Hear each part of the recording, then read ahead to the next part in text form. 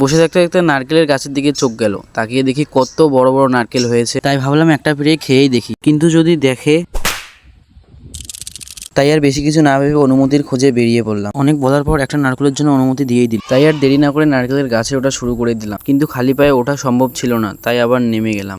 কিভাবে চড়া যায় তাই একটা দড়ির সাহায্য নিয়ে ব্যাঙের মতো করে গাছে উঠতে লাগলাম।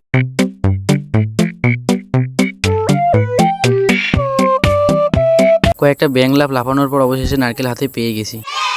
এবার এটাকে কাটার পালা।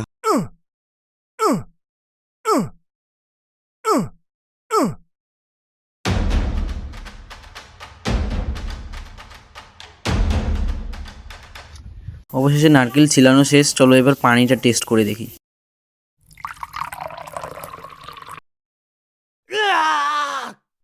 পানিটা তো একদম বেকার ছিল, চলো এবার নারকেলটা ফাটিয়ে খেয়ে দেখি কেমন। পানিটা বেকার হলো, নারকেলটা কিন্তু ভালো ছিল।